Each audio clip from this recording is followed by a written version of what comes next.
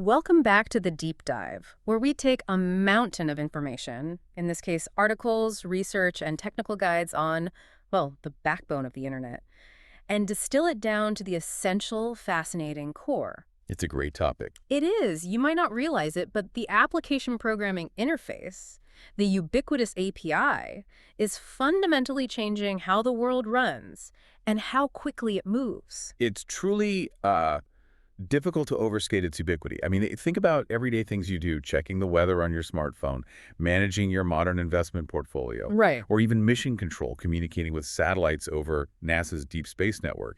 All of that, every single bit, relies on APIs. And that transformative power has just completely changed the economic landscape. This isn't just some invisible infrastructure anymore, is it? It's a massive revenue generator. Oh, absolutely. The largest tech companies, Amazon, Google, Salesforce, they're pulling in substantial, sometimes the majority of their revenue, through these API-driven digital channels. So that's the crux of today's deep dive, right? Yeah. Our mission is to move far past the acronym. Yeah, exactly.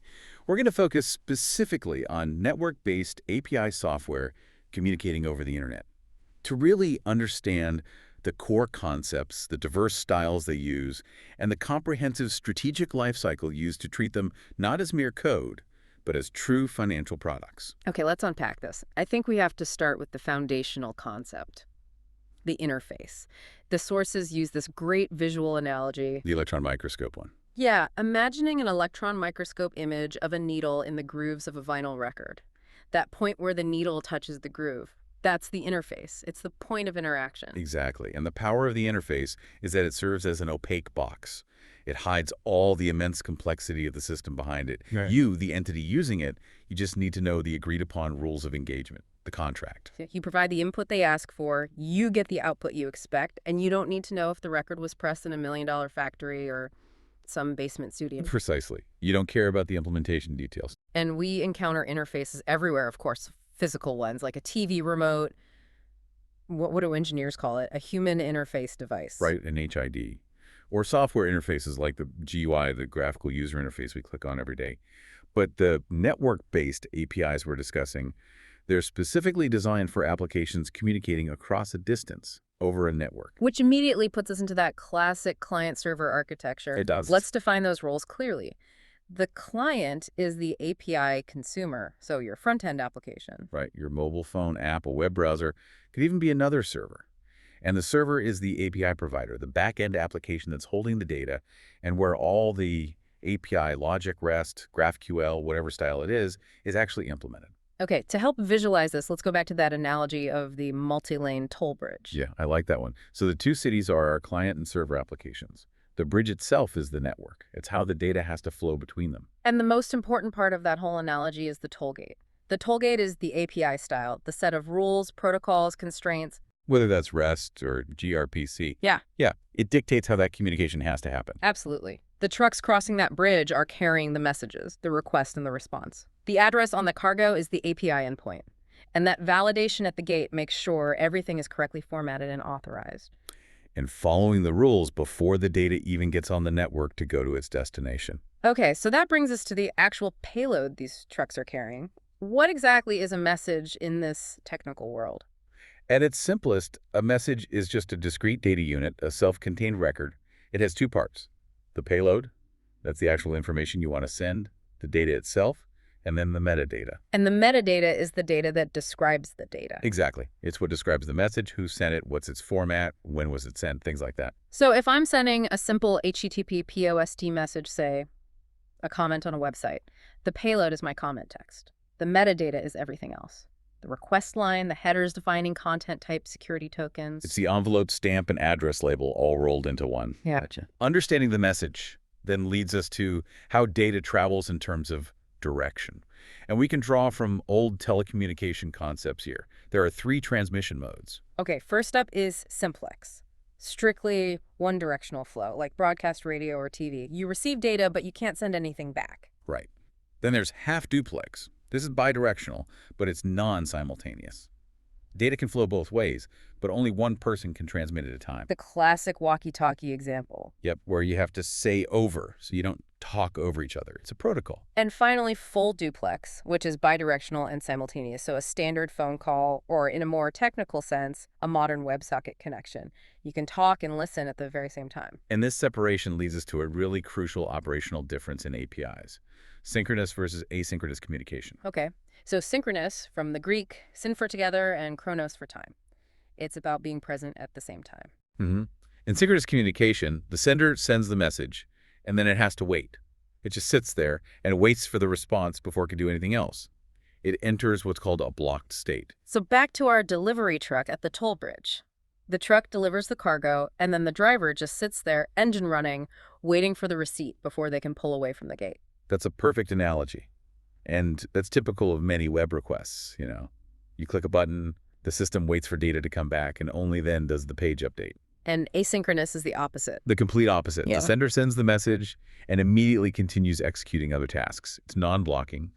The sender and receiver don't need to be present at the same time. So the asynchronous delivery truck drops off the cargo at the gate and just immediately drives away to handle other business.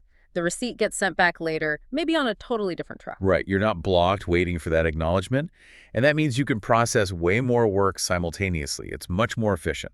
So if we understand how data travels, the next big question is, when did companies realize this communication method needed a whole strategy? Moving from just a subroutine to a real financial product. It's fascinating how long the core idea's been around. The concept of an API predates the actual term. Way back in 1957, programmers were using subroutines as standardized interfaces to machines. The point was just abstraction, right? You didn't need to know the construction details, only how to call the function. Precisely. And that stayed mostly internal until the 90s and the rise of the internet. Suddenly you had this need to call libraries on remote computers. This led to some complicated technologies like Corba. Which allowed for language-agnostic calling across systems. Yeah, which is a huge deal. Then came SOAP, the Simple Object Access Protocol, using XML messages over HTTP. But SOAP got problematic. It was notoriously verbose, the messages were huge, and it was often slow because it wasn't really using HTTP in the way it was designed. It created a lot of bureaucratic overhead for developers, from what I've read. It did. The tide really turned in 2000 when Roy Fielding outlined REST representational state transfer. Yeah. It leveraged HTTP beautifully and just simplified everything, which really helped public internet adoption. But the big shift from technical integration to business strategy, that was cemented a couple of years later. That was Amazon's 2002 API mandate. And this wasn't a suggestion. It was an internal decree from Jeff Bezos that completely reorganized the company. And the sources highlight 3 key points that made this so radical. First, all data and functionality had to be exposed only through APIs. Right. Second, no other internal communication methods were allowed. No backdoors. And third, and this is the crucial part, those APIs had to be designed from day one to be externalizable, to be public-facing. That's amazing. It forced the entire company to think of their internal services as potential public products right from the start. It shifted the API from being just internal glue To being a core financial building block. That's the business case right there. Exactly. APIs bring in substantial revenue. You look at companies like Salesforce, eBay, Expedia, well over half of the revenue generated on their platforms comes from APIs. And it's not just direct revenue, it's market reach. Think about Zoom. They aren't just a web page. They're on smartphones, desktops, smart TVs.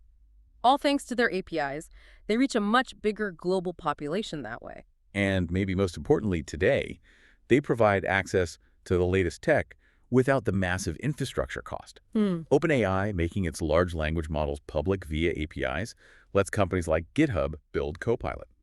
They can leverage these constantly updated models without owning thousands of GPUs.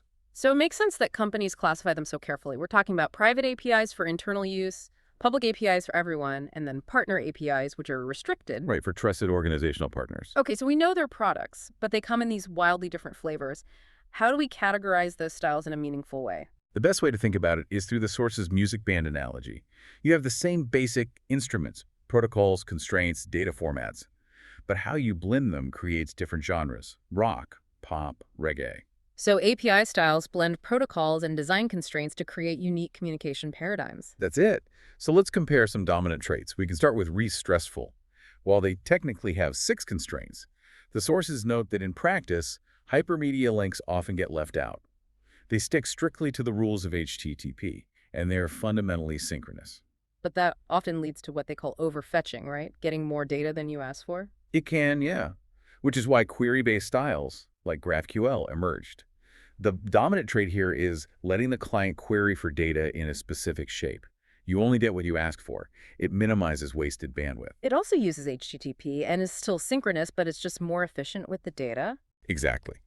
But if efficiency and speed are absolutely paramount, then you move to remote procedure call, or RPC. The goal is simple. Invoke a function on a remote server as if it were a local one. Modern gRPC uses HTTP2 for better performance, it's synchronous, and offers high responsiveness. But there's a trade-off. It often demands a higher development effort up front because you have to define those contracts much more rigidly. You do. Then we have the asynchronous styles, which manage waiting differently. First, callback APIs or webhooks. This is event-based. So instead of constantly asking the server, has this happened yet? Has this happened yet? You just give the server a number to call when it's ready. That's a great way to put it. Your system registers a callback URL. The source system then notifies your system with an HTTP POST request when the event actually occurs. It's highly efficient, low effort, no constant polling. And finally, we have bidirectional APIs using protocols like WebSocket. This is where you get true full duplex communication. Right. It allows simultaneous real-time data exchange in both directions. Highly responsive. It's what you need for things like live sports scores or chat applications. So because APIs are treated as these critical software products, they have to follow a rigorous methodology, the API lifecycle. Which is really synonymous with the software development lifecycle. And critically, the sources emphasize that security can't just be a box you tick at the end. It has to be an inherent force present in all phases. Okay, the journey begins in the planning phase. This is where the foundational decisions get made, starting with defining requirements. You have your functional requirements, or FRS, what the system must do. A user should be able to reset their password. That's an FR. Right. But just as vital are the non-functional requirements, the NFRs, the abilities or quality attributes, how well the system must perform. Things like availability. The system should be available 99.9% of the time. Security, scalability, maintainability. Neglecting the NFRs is what causes an API to fall over once it hits scale. That planning phase also sets the scope. Public, private, or partner. What devices are consuming it? An IoT sensor or maybe an AI agent? And what's the scale it needs to handle? Then you move into design and implementation. And this is where the API-first approach has a real strategic advantage.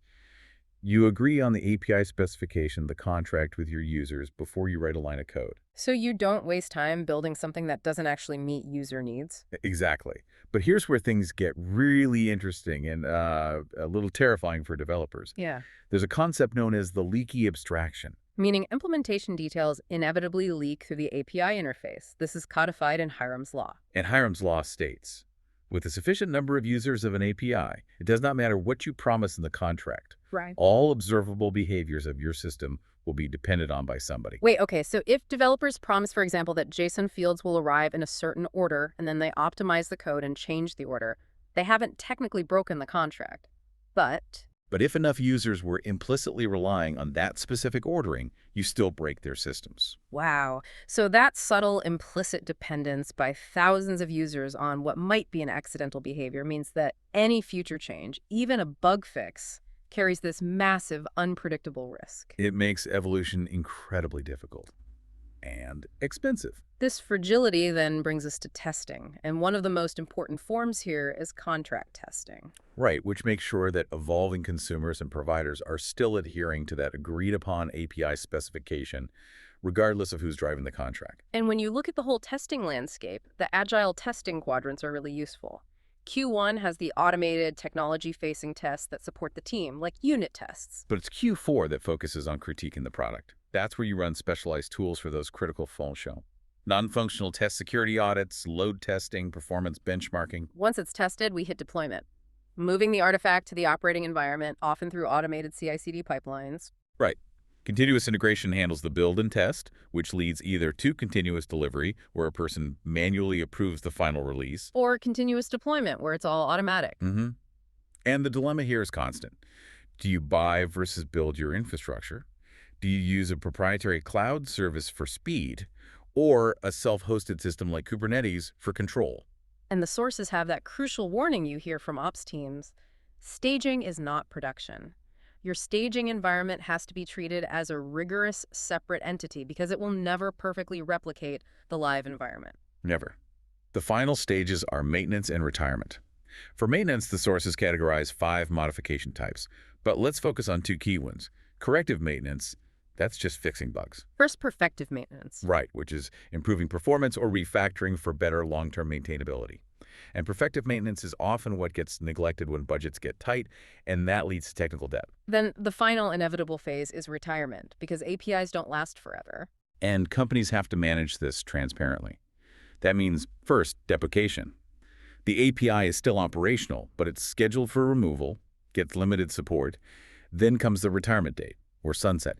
That's when it's completely inaccessible. And communication is key here. Companies use clear methods, like Kubernetes CLI warnings or banners on web pages, like for the Palm API. Or even better, actual HTTP sunset and deprecation headers that are embedded in the API responses themselves, so the consuming systems are informed programmatically. So if we zoom out from this whole rigorous life cycle, it's just becoming more and more important because API growth is accelerating. It's being fueled by these massive trends. That's absolutely right. The growth curve is steep. IoT alone is estimated to hit 18 billion connected devices in 2024, all of them consuming and providing network APIs. And AI. And AI and LLMs are expected to drive 30% of new API demand by 2026. APIs are truly the essential funnels through which data will enter and leave AI services. But this explosion of growth comes with a proportional risk. It's predicted that API attacks are rapidly becoming the most frequent attack vector on enterprise web applications. Doubling globally by 2027. Wow. And this brings us right back to that subtle risk we talked about earlier. If we know that software implementation details inevitably leak through the API interface Hiram's law, what happens when that implicit dependence is coming not from a few thousand human developers, but from millions of autonomous, constantly learning AI agents? What are the critical security and governance implications of that? Exactly. We are moving into a world where we need to govern not just the code we write, but the assumptions that machine intelligence makes about it. That is the next frontier.